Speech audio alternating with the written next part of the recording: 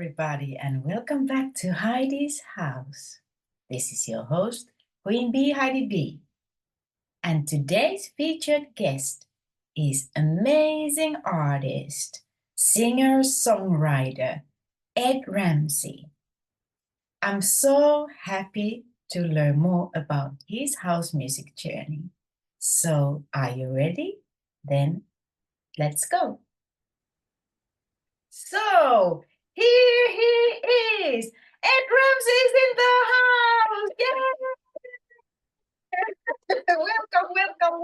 welcome to Heidi's house. I'm so glad that you have a chance to join in and be part of this podcast. So very Yeah. great. No, thank you. Thank you much. I really appreciate the opportunity. So thank you. Most welcome. How are you today? I am doing well. Doing well. It's a hot summer here in the Maryland, USA, and doing well. Thank you. How about yourself? How are you? It is also very steamy and humid afternoon here in Helsinki. A little bit thunder in the air because of so much heat, but you know, we are doing okay as well, and even more better since we have you here now in our house. No, it's great. Yeah, great. So, this interview is gonna be a little snapshot kind of interview about your artist profile and about your house music journey. And therefore, I'm gonna continue straight ahead to the first question, which goes, tell us a little bit, who is Ed Ramsey? That's a good one. That's a good one. Actually, my first project release was called that. The album was called "Who Is Ed Ramsey." Um, Oh, wow. and so, yeah, no, it's a great question, and I simply like to say I'm just um, uh, a hometown guy who just loves music, who loves family, and who just loves to spend time, just with family and listening to music and enjoying life. Um, I live here in the United States, in Maryland.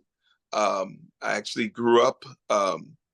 Partly in New York City, and then moved to Maryland when I was a little younger, and I've been here for about 30, a little more than 30 years here in Maryland, and I've got a family of.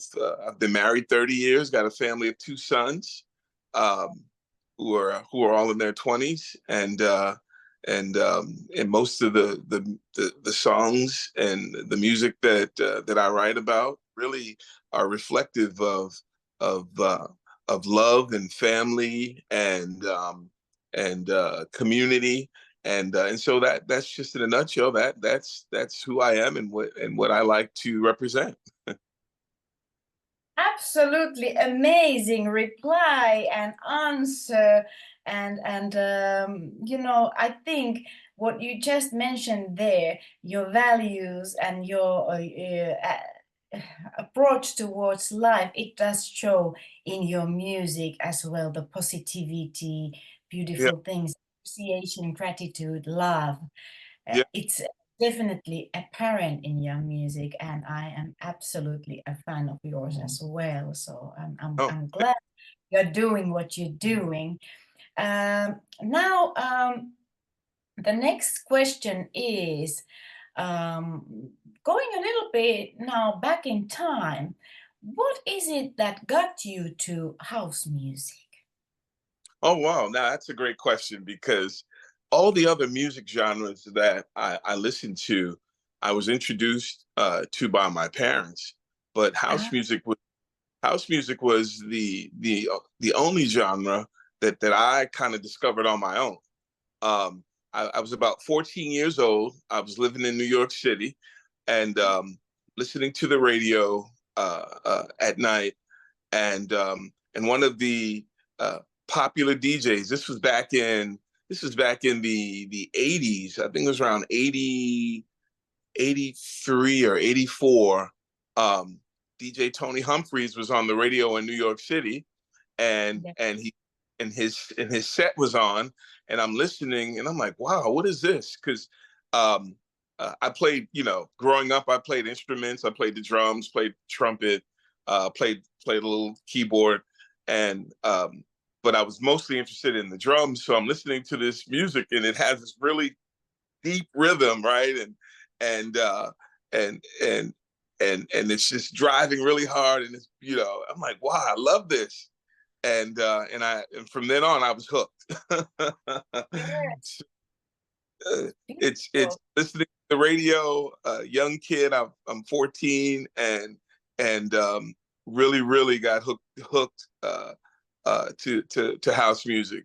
And of course, house music has a lot of different expressions. At that time, that particular track, it was more of it had more of this deep kind of what would I say, underground sound to it. But no, I thought it was beautiful. It just really kind of sucked me in, right? And from then on, I was in a trance. I was just I was mesmerized. Yes, So yeah, yeah, that's the effect. I gotta agree. That's the effect that it kind of like, when you get, I've been saying this a few times in the interviews, that when you get bitten by that house bug, yeah, it's done, That's yeah. that's all what is needed. So absolutely beautiful. Beautiful story, and yeah, shout out to legendary Tony Humphries, of course. Yes, yeah. Yeah, it's I DJs, you have the artists, we make music and we create music. And of course DJs, play a part in that, but they're also like the circulatory system of our ecosystem, right? I mean, they're the ones who are pushing the music out. It's like the blood, they're pumping it out and getting it out there and introducing it to the world. And so big thanks to all the DJs, and yeah, Tony Humphries. He's like you said, he's a legend. So I really appreciate that moment. That was a moment. Beautiful. Now, what got you into making house music? So I would say there were a few things. Number one, um, my love for music. Number two, my love for writing. Um, and then the third thing was, again, just um, the curiosity of how to create the kind of music that I wanted for this genre, um, and and do it in a way that was still meaningful, right? Because I did, I've done gospel music, I've done some jazz, R&B and soul, um, and and that, quite honestly, came natural because I grew up in a household full of singers and musicians, right? Um, and so that part came natural. But house music actually, for me, felt like that was more of a challenge because of the tempo, um, and because the focus was less about the performance as an artist, but how you make, for me at least, how you make um, how you appeal to the not just the rhythms and sounds, but also to the dancers, right? True. Because you want to dance as well, right? Yes. So that was a different challenge as well, right? So yeah, but yeah, I wanted to write. I wanted to. Um, uh, I love the music, but also I saw house music as something different and unique in a way that um, I could artistically change up how I approach it, right? So there was a lot of curiosity there. I gotta say also, as a fellow artist and songwriter, that is something that we share, that interest, because I also have background in other genres of music, especially in Right. jazz Yeah. and in contemporary singing in general.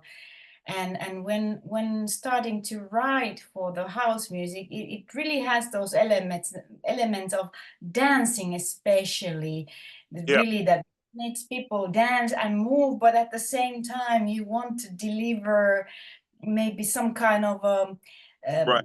song, because you come from that background of being a musician and singer and vocalist. So I Right. think what here when I listen to your music also is the song orientation. So it's Yeah. kind of like using the song orientation together with the thing that pleases the dance floor and works with the DJ. So they are more challenges actually when you do it like this. Of course, we can say that we can make like anthem kind of tracks and so on, but for Yeah. us songwriters, it is a little bit different story. So Yeah. I gotta agree with you on that. Yeah, Yeah. it's It, different challenge. yeah, it is. Um, and depending on, I think there are a lot of factors that influence um, how you approach, or at least how I approach a track.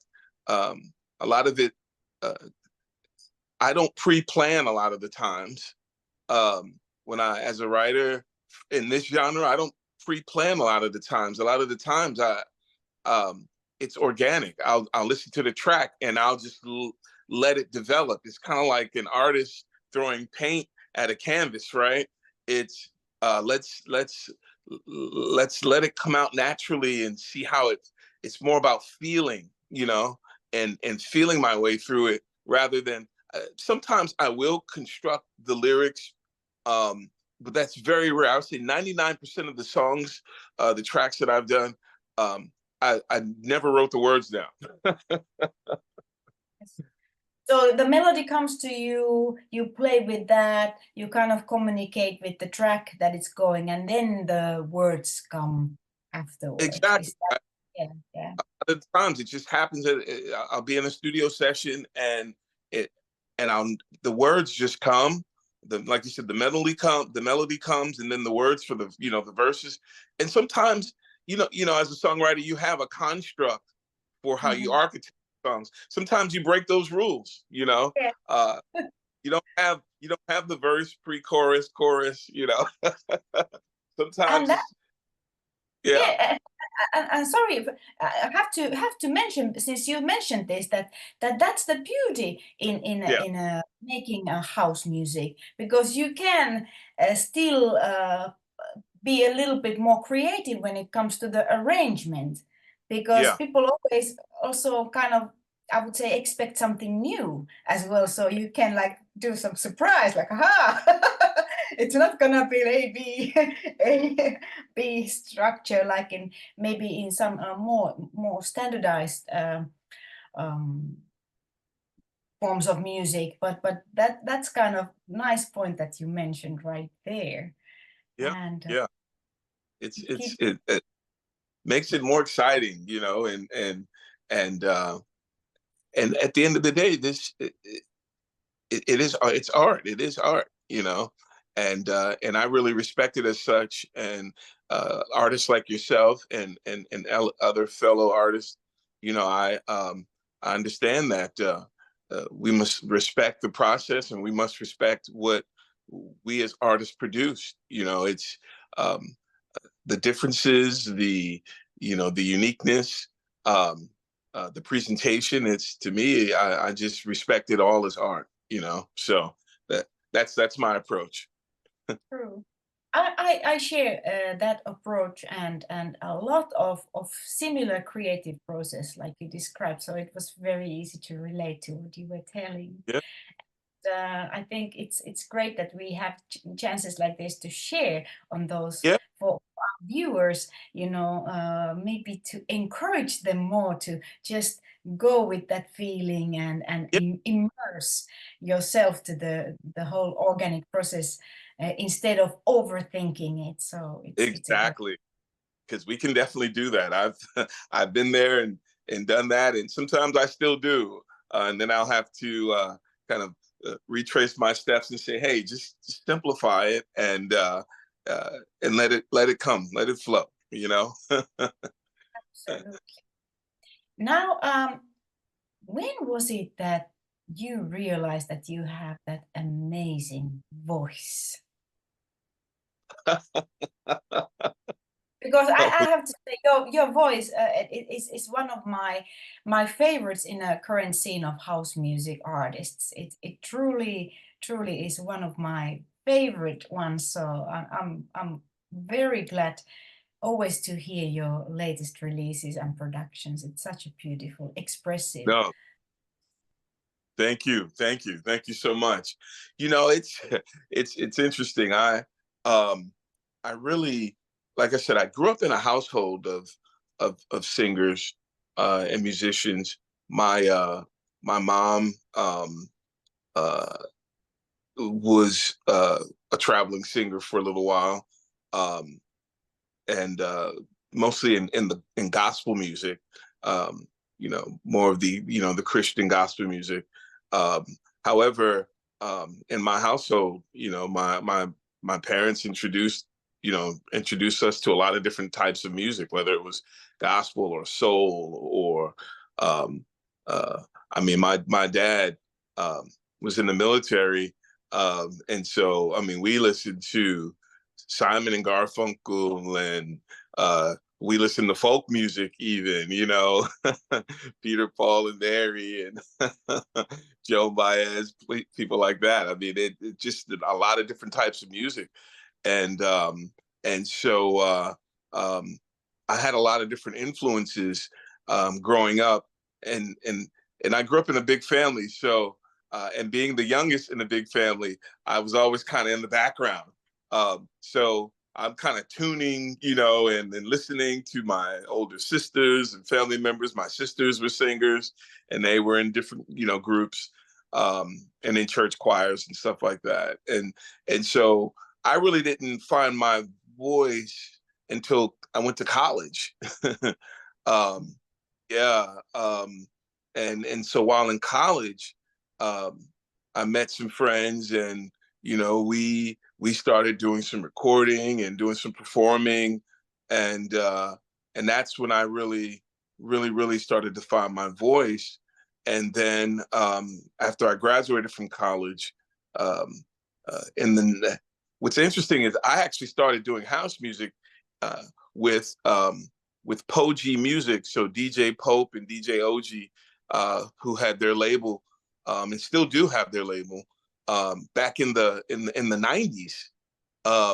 And so when I came back from college, I met those guys, and and so that's when I really started to hone in and fine tune. But I was doing R&B and doing some jazz and doing some gospel around that time, and they kind of heard my sound. They're like, hey, do some work with us. So yeah. I mean, it's something I've been honing since college, since the late '80s into the '90s, and yeah, and then of course, over time, whether singing at different events, or even singing at church, or um, uh, just practicing and really working on um, the sound that I wanted to produce. It's something that I still work on today, quite honestly.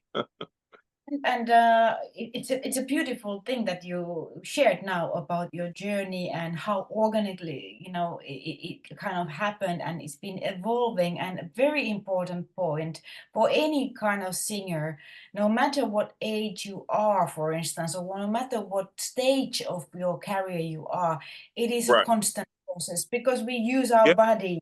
I was just yesterday doing, the rehearsals and Oh, yeah. practicing. I'm constantly keeping that too, because the body changes, our voice changes also, and we Yes. need to adapt and try to, see and explore it. And it's kind of like interesting journey as well to hear you. I would say maybe you have the saying that when you listen to yourself like 10 or 20 years ago, you can recognize difference in your sound compared to today, and not meaning only that maybe the technical part and experience, but just the fact that the body has changed and the quality of the sound Oh, changes as well. It's interesting to reflect that, yeah. and It definitely. does. And like you said, it with those changes, you have to first of all, understand that they've occurred, understand why they occur, and then what are the requisite adjustments that that you need to make in order to continue to produce the kind of sound you want it to produce. And sometimes even your approach to how you deliver a song, you that all comes with practice, vocal, kind of vocal awareness. That's what I call it. We always talk about emotional awareness, but as vocalists, we have to have vocal awareness. We have to understand, what those changes are, what the requirements are, how to, like you said, how to posture, how to project. All those things are very important, and there's still things that I'm learning even at this stage. Even at this stage of my life and stage in my musical journey. So it's always that's the fun for me. That's the fun part. I was about to say, for me as well, I'm past 50 already, and I'm thinking like I'm only beginning. Right, right. Sometimes in some aspects I really do, because there are then some elements like life experience and things like that for instance comes more and more to the play when creating and working, and then the changes of the body and exploring more and noticing that, oh, the voice has changed. And we are not saying that it changes to better or worse or anything like this, but it just changed, and then Yeah. work around it and you explore it, and that keeps it very exciting. So I'm very happy for you and myself that we happen to be vocalists, because it's a never-ending journey really, and that Right. keeps it much fun and exciting. So Yeah. that's for It life. does. It does. It's interesting, and I try to really be mindful of my approach to to to the music that I create, because I I want to be, maybe you'll understand this. I want to be consistent as a vocalist in the delivery, but I don't want to deliver it the same way every time, right? Yeah. It uh, totally makes it's yeah, totally yeah. now. And so yeah, so like you said, you have to explore. You have to take time uh, to really be creative with your voice, and understand what that creativity entails. And so that's the fun part for me. Sometimes I'll have practice sessions in my home studio. Sometimes I'll actually uh, do a live session on Facebook of a practice session Yeah. that I'm working with. I'll have a track that I'm either preparing for performance or something like that, and I'll just go live, and have fun with it, because that's, for me, that's what it is. It's fun, and that makes performing fun, because you do it enough and you practice. You don't feel stressed, uh, when you perform, because uh, that's, as they always say, practice, right? So yeah, that for me, it's just the creative part of it, even vocally, and taking time to explore, my the richness of the vocals, and how to change them, and how to adjust, and what, like you said, what the muscles and the body and everything requires to do that. So yeah. So for any singer, whether beginner or more advanced, I think you can take a few inspiring ideas of this what we just shared about, and most importantly have fun while singing. Yeah. Now, I'm gonna ask a little bit, few more questions here, and I'm very much intrigued about who are the artists that have inspired you most. Since you shared about your musical background and having that music in your family life all through your life, but who would be those artists that have been inspiring you the most? Yeah, I would, most of my inspiration in terms of artists, and they span, of course, over over the years.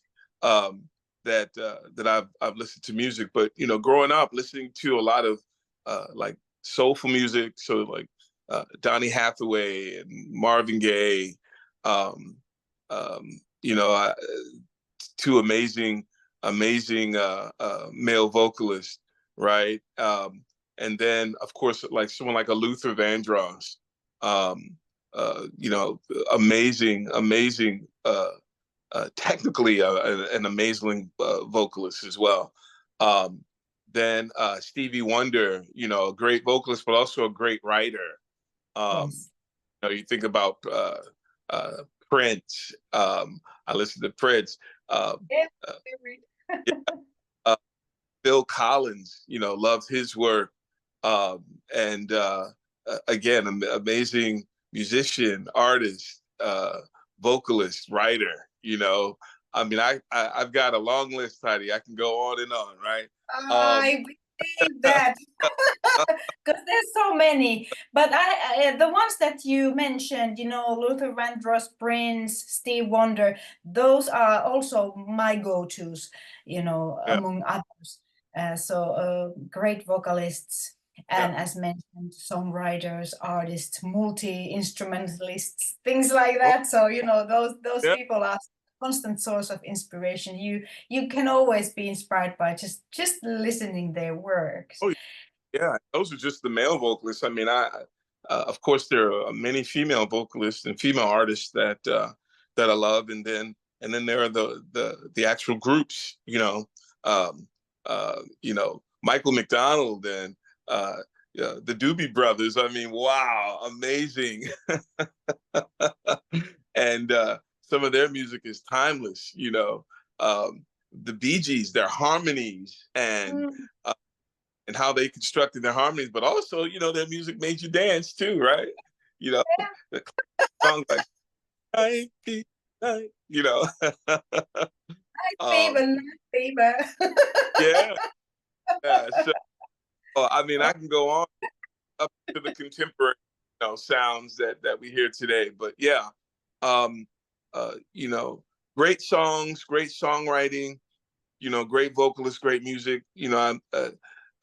There's a lot of influences there, and so, but those are the ones that influenced me early on, as I was um, kind of finding my way in music, and just really enjoying and loving music. And always great, and those who can deliver great love songs. And not that I knew what love was at an early age, but I know what I felt. I Yes. just, I, Now but I'm gonna proceed to since this interview, as mentioned in the beginning, is very snapshot kind of thing. Um, I want to ask last but not least question is what's up next for you when it comes to the music? Like, what are your current projects, near future projects, and so forth? Could you share a little bit about those to yeah, our yeah, and so, as I mentioned before, I really started this journey with a label called Poji Music, that's owned by DJ Pope and DJ OG here out of Maryland, USA. And so I've got an album project that I've been working on, um, and that album project is called Love Shaker, and it's projected to be released in September of this year. And so we're really working hard behind the scenes to finalize that project. It's gonna have several really great producers, DJ Pope, DJ OG being a few of the producers. Another producer out of Florida called Joe Padilla. There's Arnaud D. Um, there's Soulface, who's out of France and South Africa. There are a few other producers that are Mark Lewis, who's out of New Jersey. So yeah. So that project it's almost it's well it's almost finished. It's getting close. shaking already. About 12, 12, 12 tracks, maybe a couple of bonus tracks on there.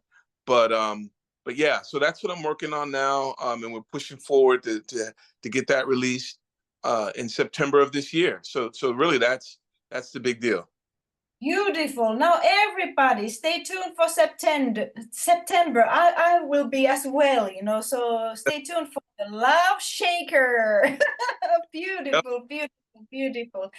I thank you dearly for this interview, Ed, and again, sending you much love and blessings straight away from Helsinki there to Maryland.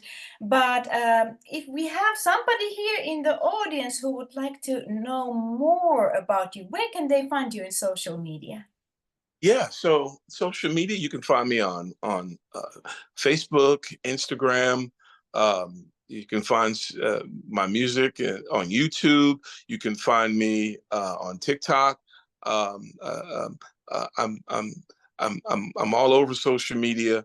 My music, music is on Tracksource. I've got music, of course, on all the other major platforms. So whether it's you know, some of the other major platforms that you got Amazon Music, Apple Music, all the streaming platforms. You know, I've got music there. So yeah, just either you can find me as Ed Ramsey or Ramsey Music, and and I'm on all the big platforms, social platforms. So go there, people, to find out more about this amazing, amazing, amazing artist and beautiful person. Again, sending you much love, and now we continue to mini mix to hear some of his amazing music. Thank you. Thank you. Thank you. Bye. You too. Bye bye.